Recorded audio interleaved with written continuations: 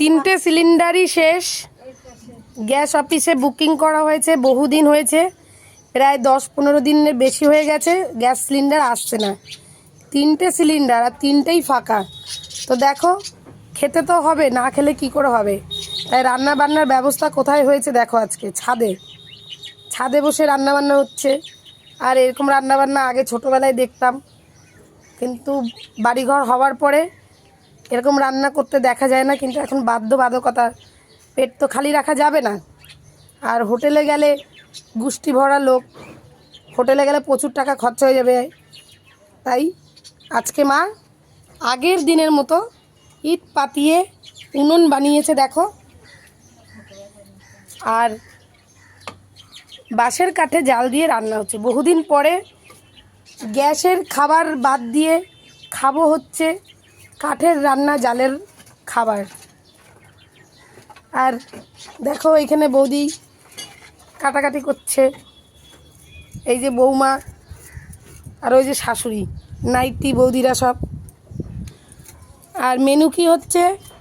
Menu হচ্ছে কুমড়ো দিয়ে কি হবে মা? কুমড়ো দিয়ে কি হবে মা? কাঁচা কুমড়ো দিয়ে কই মাছ। এই দেখো, কাঁচা কুমড়ো দিয়ে জ্যান্ত কই মাছ রান্না হবে। এখানে একটা পদ হয়ে গেছে অলরেডি। কাঁকড়া দিয়ে আলু দিয়ে গাটি না, ওটা মেটে আলু। কাঁকড়া দিয়ে মেটে আলুর তরকারি হয়েছে। কুমড়ো দিয়ে জ্যান্ত মাছের তরকারি হবে। এখানে একটা শাক রয়েছে, এটা কি শাক? সর্ষে শাক হবে। মাছ ভাজা অলরেডি রয়েছে, রুই মাছ, ভোলা মাছ। আর এখানে এখনও কাঁকড়া আছে। ওমা মাছি তোরাও। এখানে কাঁকড়া আছে, আর এইখানে এখনও জ্যান্ত কই মাছ কাটা হচ্ছে। আর মাছ মার বৌদি কাটে। তো দেখো, কাঁকড়া অলরেডি ফেলে দিয়েছে। তো ভাবলাম এরকম পরিস্থিতি তো সবসময় হয় না, তাই ভাবলাম তোমাদের সাথে আমাদের আজকের এই কঠিনতম পরিস্থিতি তোমাদের সাথে শেয়ার করি। কারণ প্রত্যেক দিনই আরামে গ্যাসে রান্না করা আর কাঠের জালে রান্না করার মধ্যে অনেক তফাৎ। কাঠের জালে রান্না করা মানে অনেকটাই কষ্ট। আগুনের পাশে সারাক্ষণ বসে থাকতে হয়, দাউ করে আগুন জ্বলে। যে রান্না করে শীতকালে তো প্রবলেম হয় না, শীতকালে আরামই লাগে। কিন্তু এটা যদি গরমকালে হতো তাহলে তো তার ঘাম ঝরে যেত, তাই না মা?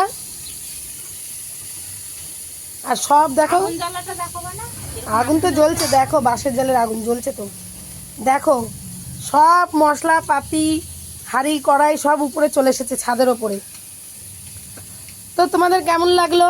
আর তোমাদের গ্যাস সিলিন্ডার শেষ হয়ে গেলে তোমরা কি করো কমেন্ট করে জানিও।